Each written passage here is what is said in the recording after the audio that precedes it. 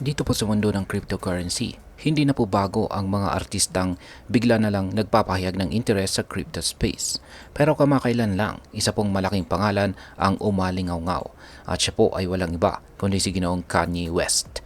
Kilala si Kanye bilang isang controversial at unpredictable na rapper at entrepreneur. Pero ngayon, tila papasukin niya ang mundo ng crypto matapos ang kanyang mga cryptic tweets at pakikipag-usap sa mga crypto leaders. Kaya ang tanong ng lahat, magla-launch nga ba itong si Ginoong Kanye ng kanyang sariling meme coin sa Solana o Ethereum?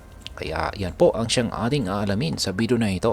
Pero bago po tayo magpatuloy, ay nais ko lamang po munang bigyang linaw ang aking disclaimer kung saan ang nilalaman po ng video na ito ay hindi po ito isang financial advice. For education and information purposes lamang po ang layunin nito.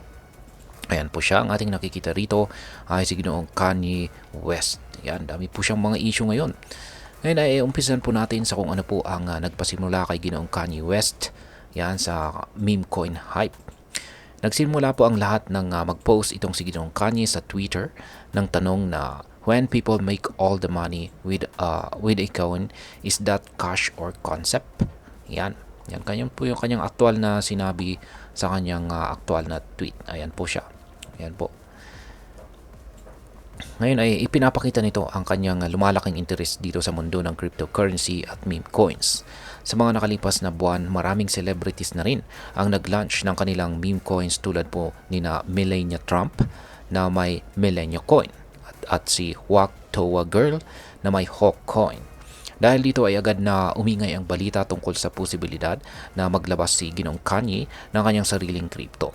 Maging si Ginoong Face Banks, isa rin po siyang kilalang gaming personality, ay nagbigay po ng suggestion na kung maglalabas itong si Ginoong Kanye ng coin, lalaki agad ang kanyang kita ng 10 beses.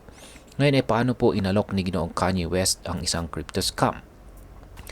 Yan, matapos po ang kanyang unang tweet tungkol sa crypto, ibinahagi po ni Ginoong Kanye na inalok siya ng $2 million para mag-promote ng isang scam crypto project. Ayon po sa screenshot na ibinahagi niya, hinihikayat siya ng isang grupo na i-promote ang project at pagkatapos ay sabihing na hack ang kanyang account bilang palusot. Tumanggi po si Ginoong Kanye sa alok na ito at pinutol ang kanyang pakikipag-ugnayan sa naturang tao.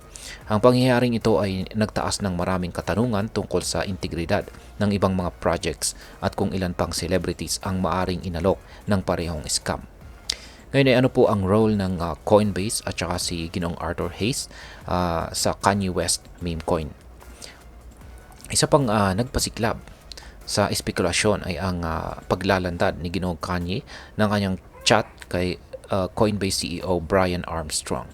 Ayon kay Ginoong Kanye ay tinanong niya si Ginoong Armstrong kung paano makakonekta sa crypto market nang hindi na dumaan sa mga middleman.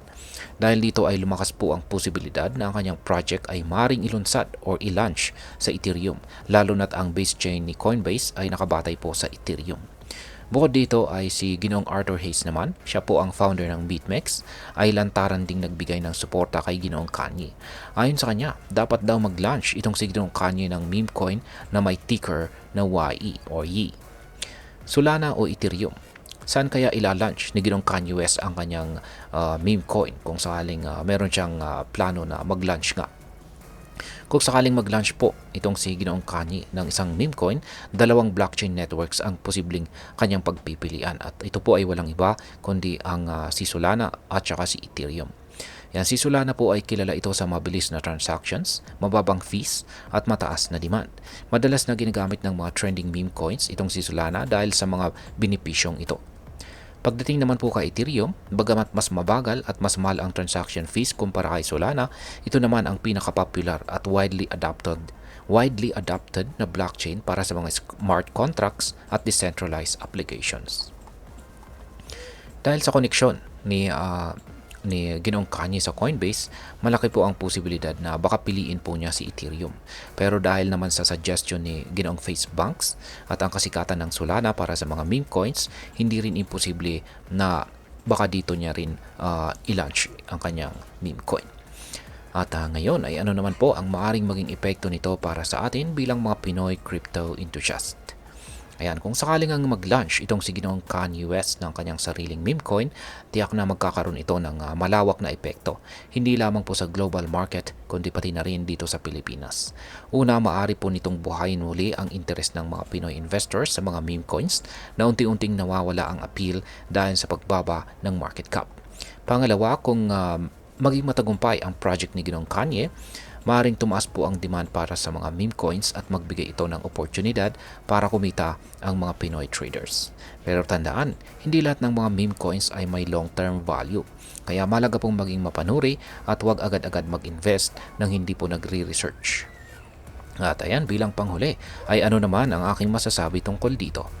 Bagamat wala pang opisyal na announcement mula kay Ginoong Kanye West, ang hype at spekulasyon ay sapat na para pag-usapan ito ng crypto community. Kung maglalabas man siya ng meme coin, siguradong magiging isang malaking buzz ito sa market. Pero sa kabilang banda, dapat din po tayong maging maingat. Sa mundo ng crypto, kung mabilis pong magbago ang trend at maraming scammers, malagang maging mapanuri at huwag po tayong padadala sa hype.